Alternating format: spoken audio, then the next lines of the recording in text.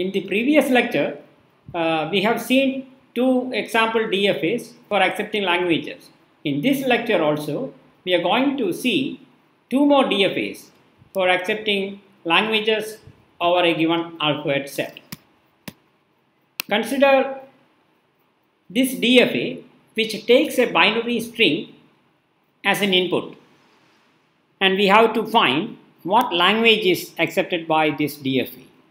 And to find the language, first of all, we have to see what kind of a string is accepted by this DFA.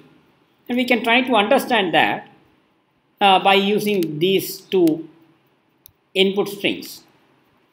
Let us consider the first input string, and the automata begins its processing in the initial state. So you are here, and the first input symbol in this input string is 0. So you take the transition for 0 and you are coming here. And what is the next input? It's a 1. So you move along the edge for 1. You are coming to this. And then the next input symbol is a 0. So you go through the transition for 0 and you are coming to this state. And next symbol is a 1. So you take the transition for 1, and in that case you are coming to the start state again, and the next input symbol is again a 1. So you take the transition for 1, you are here, and the next is a 0. So you take the 0 transition, you are coming to this state, and the next symbol is a 1, and that is taking you to this state, and the last symbol, which is a 0, you just process it, move along the 0 edge, and you are finishing, and you finished in a final state. So by the definition of acceptance, you are accepting this string. Okay, the first string is accepted. And try to see what is happening for the second string, and the second string. For second string also, you have to start with the initial state. You are already in the initial state. So process the first input symbol, which is a 1. You move along the transition for 1. Second symbol is 0. Move along the transition for 0. Next input is 1. That is taking you to this state. And the next input symbol is 0, which is taking you back to the initial state. And the next input is a 1. You take the transition for 1, and the next input symbol is a 0.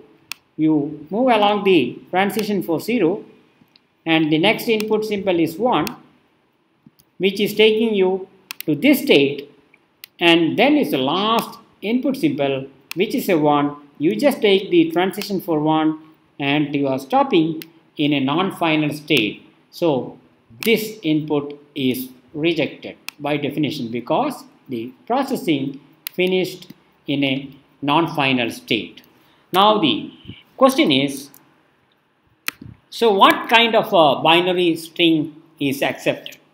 So given these two strings, we found that the first string is accepted and the second string is rejected. Can you guess in general what is the property of a binary string to be accepted by this DFA? Hope you guessed it, and anyway the answer is, it accepts a binary string X if every block of 4 bits in X contains even number of 1s. Meaning, you divide the input string into blocks of 4 length each. So here is the first block, then the second block, likewise it goes. And if every block is having even number of 1s, it accepts it. Or if it finds any block with odd number of 1s, then it rejects it. Okay, so if you look at the first input, this is the first block where only 2 1s are there, it is even. So that is satisfying the case. And the second block again contains 2 1s even. So that is why this input is accepted. The first one is accepted because both the blocks satisfy the requirement. In the second input, the first block is okay because even number of ones, and if you move to the second block, you can find that there are 3 ones which is odd, and hence you have to reject it. And at least for these 2 input strings, the automaton is correct. Is it correct in general? Question is this the language for this automaton? To answer that question, maybe we can try to understand how this machine is designed. Okay, so you have to process the input binary string in blocks. Each block must be of length 4. Okay, and here a state is labeled with 2 symbols separated by a comma. The first symbol shows the number of bits processed from the current block. Okay, so here it means the number of bits processed from the current block is 0. That is, you are just going to start processing it. Here it means after you processing one symbol, you are coming to this level. So the number of bits processed is 1. Here it is 2. Here it is 3. That means when you reach any one of these 2 states, the number of bits processed from the current block is 3. And now you are going to process the last bit of the block, and if that is going to give you an odd number of ones, then you will move on to this state and you will stay there forever and reject. And suppose you are getting an even number of ones in the current block, you are moving back and there you repeat the processing to read the next block of 4 bits. That is how it is defined. And so the first symbol in the name shows how many bits you processed from the current block. It could be 0, 1, 2 or 3.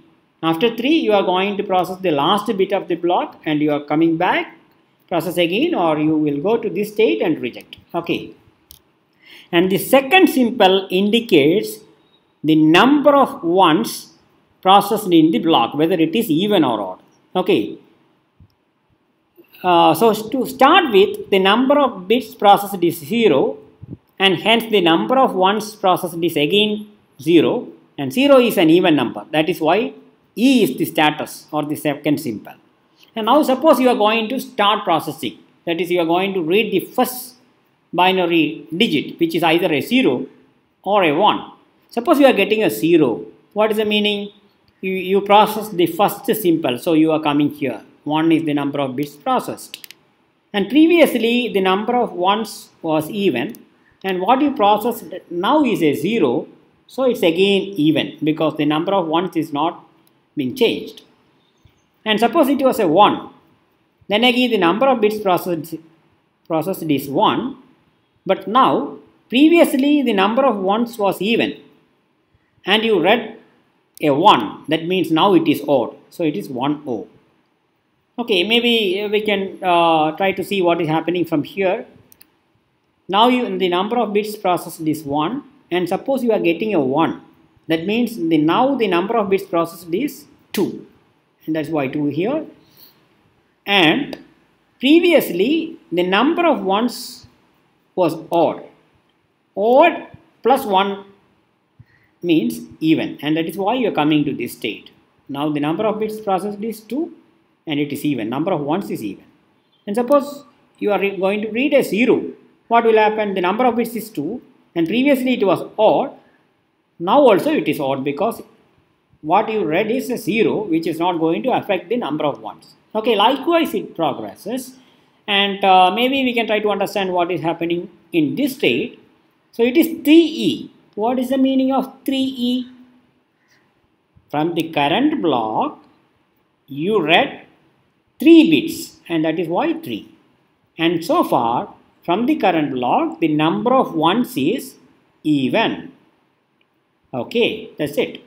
And now suppose you are going to get a 1. What is the meaning? The last bit is a 1. Now the number of ones is even, and so last bit is 1 means in the block What is the number of ones, even or odd? It is odd. So you are coming to this. Actually, it doesn't matter now what you are going to process from there onwards. So you are staying back in this state, and because this is a non-final state, you will reject it. So if any block is having odd number of ones, you will end up in this state and you will reject the input. And now suppose from here you are getting a 0. What is going to happen? So far you read 3 bits and you are going to read the last bit, which is a 0. And now what is the number of ones? Is it even or odd? From this state it is very clear that it is even. So even and now is 0 means even only, right? And so you are going back to this state. So you just finish reading one block and you repeat again the process to read the blocks of input bits. Okay, and so that is how it is designed. I hope the logic is clear now. And maybe you are now worrying about what if the last block is not having 4 bits, maybe 1, 2 or 3 bits only. In all such cases it will be accepting it, because it will reject only if it finds a block of length 4 where the number of ones is odd. Okay, and that is this DFA, and I hope you got it. And with that, let me proceed to the next example for this class, which is a DFA for accepting strings which do not end inside a C style multi-line comment. I hope you know the syntax of C programming language, where you can have a multi-line comment using this syntax. What is this syntax? This syntax says, okay, if you want to add a comment, you can have one or more lines. You use it in /* //. So everything from this point to this point will be ignored by the compiler. That is a multi-line comment. Okay, you can also have a single line comment using 2/ simples. Okay, 2/ simples, but I am not considering it. Okay, that part is not considered here. In this question, what you have to do is you have to design a deterministic finite state automaton to accept a string if that string is input string is not terminating in a comment of this kind. That is, when you process the last simple, you must not be inside a comment of this kind. And so that is the question. For example, if you consider these two input strings, see, this is a declaration statement, might be a possible statement from a C program. And what is it? The programmer is trying to declare an integer variable, and she is adding a comment also. What is a comment? This is to represent the roll number of a student. That's fine. And it is perfectly done. So it's a valid thing. You have to accept it. Okay. So this you have to accept, because this is not ending in a comment. And what is the second input? The second input is again a declaration. This time again she is saying that it is to represent the house of a student. But unfortunately this time maybe she did it in a wrong way, because the order of these two simples is in the other way. So actually the comment starts here and it goes all the way to the right. Even now it has not ended. So here again the last simple is a part of a comment, so you cannot accept it. So you accept the string only if it is not ending in a comment of this kind. So that is the question. Now can you design an automata for this? Maybe you can try, but here one problem is you are going to have a large number of transitions from a state, because there are a number of input characters or characters in the character set of C.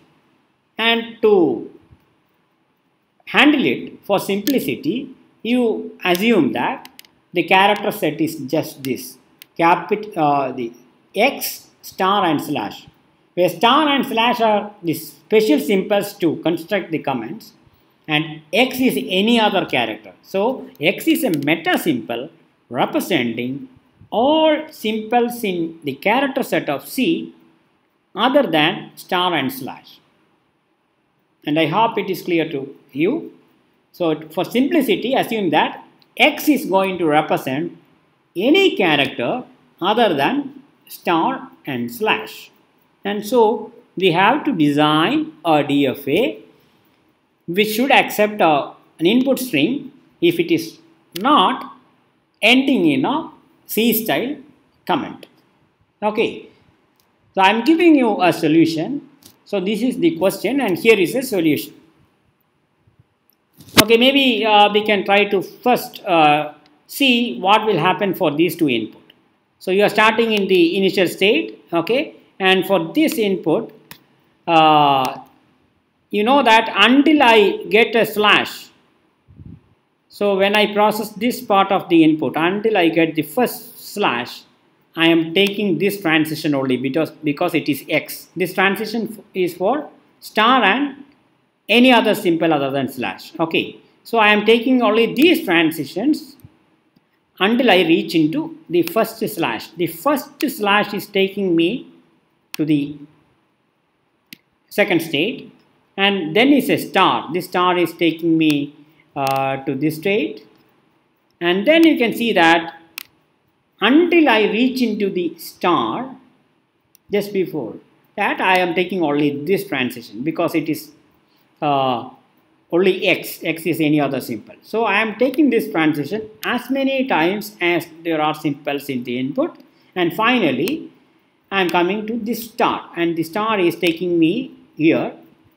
And then what is next? Next is a slash. Slash is taking me along this edge and I am coming to this. Okay, slash is finished, and what is the last symbol of the input? It is a semicolon. So semicolon is represented by X because it is not star, it is not slash, so it is X. I am taking this transition, and at least for this input I did it correctly. I have accepted it.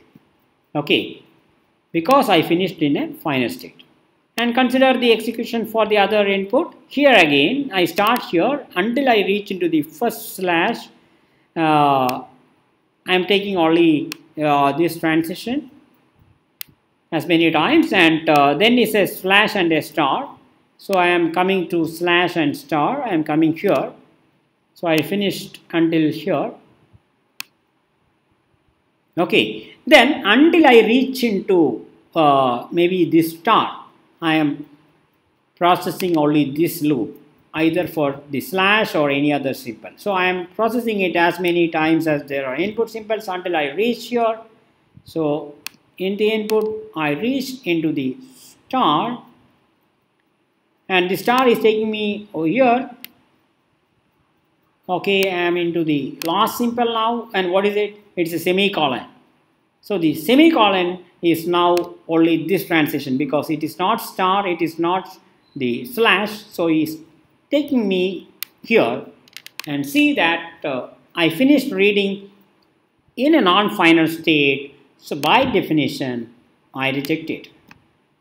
So at least for the given two input, the automaton is correct, and maybe we have to see whether in general it is correct or not. And see that this is a typical kind of mistake that a programmer can make. So in that case the compiler needs to point out this error, and actually the compiler is finding this error using in fact an automaton like this, and that's the application of finite state automata in compiler in this application. Okay, and maybe to get a flavor of how I designed it, I know that I am looking for comments of this form. So slash and star is what I am looking for. So slash and star is what I am looking for, and so slash is taking me here and star is taking me to the comment, that is I am inside the comment. Okay, and if I am here, that means I came through this edge or this edge. In both way I know that the last symbol is a slash. So the next star is getting me inside the comment. and to get me out of the comment, I have to get a star and a slash. Okay, after getting a star, I need to get a slash. If I get a star, I know that, okay, I have to stay back. And if the next is a slash, I move back because I am going out of the comment. So I am coming out from the comment. Okay, so these two states are inside the comment. And this is just before, previous to begin the comment, and this is previous to exit the comment. Okay, and accordingly I finished the design of this machine. Maybe you can spend more time on it to see how exactly the other transitions are defined, and these are the context of the states. I'm outside the comment, maybe the state previous to the one where I am going to begin the comment. I'm inside the comment. Here again I'm inside, but just before exiting the comment. Okay, and now it's not difficult to see how the other transitions are designed.